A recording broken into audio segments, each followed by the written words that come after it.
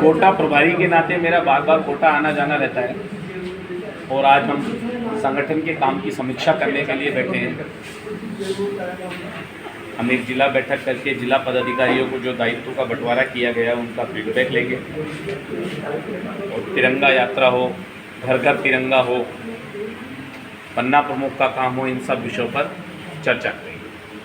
और साथ ही वर्तमान में जो राजस्थान की स्थिति बनी हुई है, वर्तमान में जो राजस्थान के हालात हैं, चाहे वो भरतपुर में संत की मृत्यु का मामला हो, चाहे जालोर के अंदर एक दलित बच्चे को मार देने का मामला हो, या उदयपुर में कन्हैया लाल की हत्या हो, या फिर सांकायिक विभाग से एक आदेश जारी कर युवा मित्रों को एक निर्देश दिए जाते हैं कि आपको फर्जी आईडी बनाकर सरकार का और कांग्रेस का प्रचार करना है, उसके लिए आपकी नियुक्ति की जा रही है। 10 फर्जी आईडी ट्विटर पर, 5 फर्जी आईडी फेसबुक पर। जब इस विषय को मेरे द्वारा और भारतीय जनता पार्टी के द्वारा उठाया गया तो सरकार ने उसका निलंबन किया। मुझे लगता है इस सरकार के अंतिम दिन आ गए, इसलिए ये बौखलाए हुए निर्णय कर रहे हैं। और आज तो हद ही हो गई, सरकार के 4 मंत्री जालोर वाली घटना में सरकार के खिलाफ बोल रहे हैं और उनको लगता है ये सरकार लगातार दलितों के ऊपर हो रहे अत्याचार को रोक नहीं पा रही। मुझे लगता है कि आप सबको भी मिलकर राजस्थान की परिस्थितियों को सामने रखना चाहिए। आपको याद होगा, यहाँ पर भी एक चम्बल पुल पर एक गाड़ी गिरती है और दूल्हा समेत 9 लोगों की मृत्यु होती है। जब हम लोग कलेक्टर से मिलने जाते हैं तो कलेक्टर का संतोषजनक जवाब नहीं मिलता।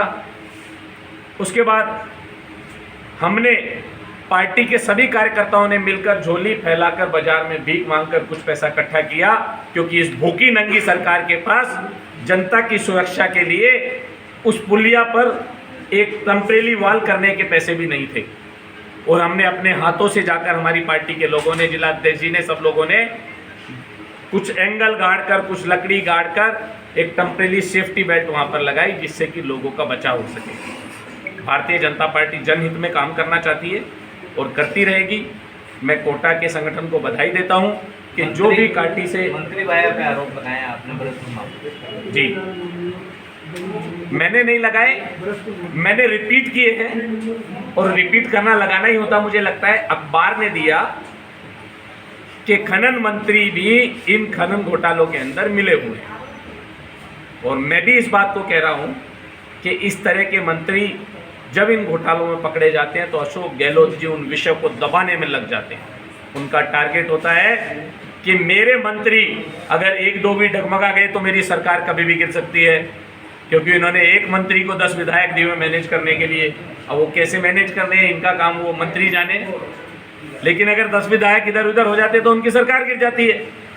और इन 4.25 सालों में सरकार बचाने के अलावा उन्होंने कोई काम नहीं किया। मुझे लगता है भरतपुर में एफआईआर, भरतपुर में जब एफआईआर होती है तो सरकार उनके ऊपर क्लीन चिट देने का काम करने की कोशिश कर रही थी और की उन्होंने, क्योंकि उस खान का, उस माइंस का कुछ हिस्सा उत्तर प्रदेश में भी जाता है।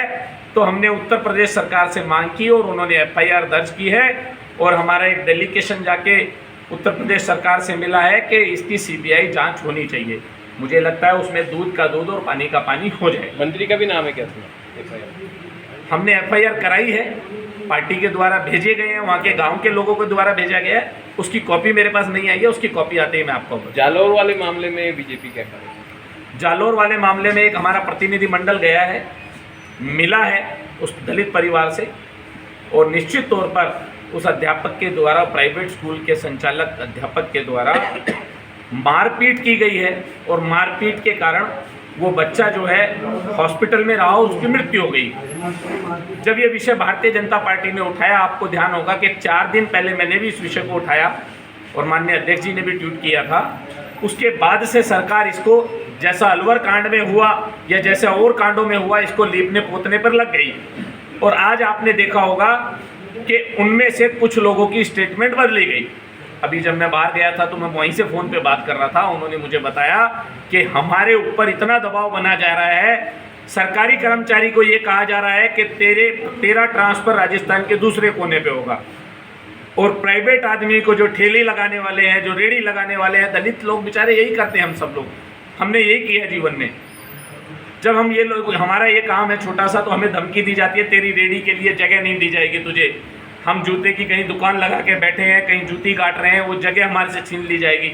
हमारे ऊपर इतना दबाव बनाया जा रहा है, अंधेर नगरी और चौपट राजा जैसा राजस्थान के अंदर माहौल बन जाए। वो गहलोत ने आज आरोप लगाया कि पैरा मिलिट्री फोर्स का भी उपयोग किया जा रहा है धन को लाने में, तो इस बारे में क्या? देखिए, गहलोत साहब के पास राजस्थान को संभालने का तो कुव्वत बची नहीं है।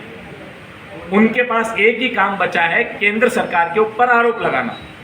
कोई उनसे ये पूछे, जितना आप दूसरे माननीय नेताओं के ऊपर आरोप लगाने पे ध्यान देते हो, उतना ध्यान अगर आप राजस्थान के लॉ एंड ऑर्डर को ठीक करने पर दे देते तो ये दलित नहीं बचता, ये नहीं मरता, वहाँ संत नहीं मरता, अलवर के अंदर एक 13 साल की मुख बधिर बच्ची नहीं मरती, और आए दिन हो रही जो घटनाएं हैं उनसे राजस्थान बच जाता कलंकित होने से, कन्हैया लाल बच जाता। ठीक है।